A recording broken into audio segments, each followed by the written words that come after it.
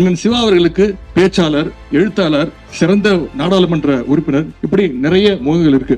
ஆனா இளைஞரணியை பொறுத்தவரை எங்களுக்கெல்லாம் அவர் ஒரு ஆசிரியர். ஏன்னா இளைஞரணி தம்பிமார்களுக்கு நம்முடைய திராவிட இயக்க கொள்கைகளை ஒரு ஆசிரியர் போல பாடம் எடுப்பவர் தான் அண்ணன் திருச்சி சிவா அவர்கள்.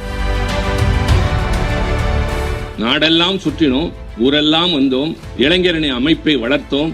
இன்றைக்கு அந்த அமைப்பை கொஞ்சம் கூட சிந்தாமல் சிதறாமல் இன்னும் பொலிவோடு என் தம்பி அழைத்து செல்லும்.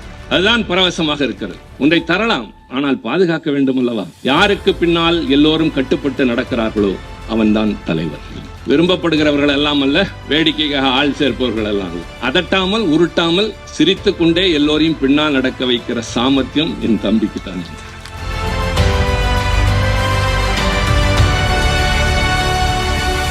திராவிட இயக்க தலைவர்களின் வடிவமாய் பெரியாரின் கொள்கையும் அண்ணா உருவாக்கிய இயக்கத்தில் கலைஞருமாய் வாழ்கிற நீங்கள் தலைவா, எங்களை வழி நடத்துங்கள், இந்த நாட்டை காப்பாற்றுங்கள், நாங்கள் உங்களுக்கு பின்னால் என்றைக்கும்.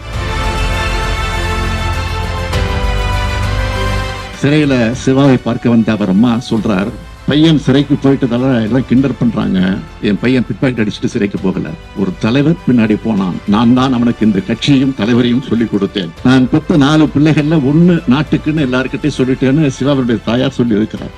ஆக உண்மையான திராவிட தாய் அவர்தான். இப்படி எத்தனையோ தாய்மார்கள் தங்கள் பிள்ளைகளை இயக்கத்துக்காக தாரை வார்த்தை கொடுத்தனால்தான் வளர்ந்த இயக்கம் இந்த இயக்கம். அதனாலதான் எதிர்கட்சிகள் எல்லாம் நம்மளை பார்த்த குடும்ப கட்சி என்று சொல்லும் போது எனக்கு கோபம் வர்றதே கிடையாது. குடும்பமாக வந்து குடும்பமாக துன்பத்தை அனுபவிச்சு நாட்டுக்காக உழைப்பவர் தான் இந்த இயக்கம் திமுக.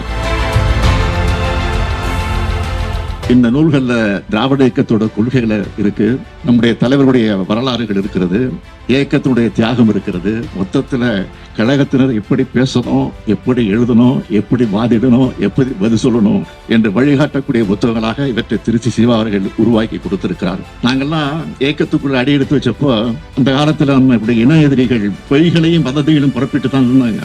ஆனா இன்னைக்கு பாஜகவினர் பொய்களையும் அவதூறுகளையும் பரப்புவது மட்டுமில்லாம அதை எப்படியெல்லாம் உண்மையாக மாத்தலாம யோசிச்சு வராங்க. வரலாறுகளை அதனால மாத்துறாங்க.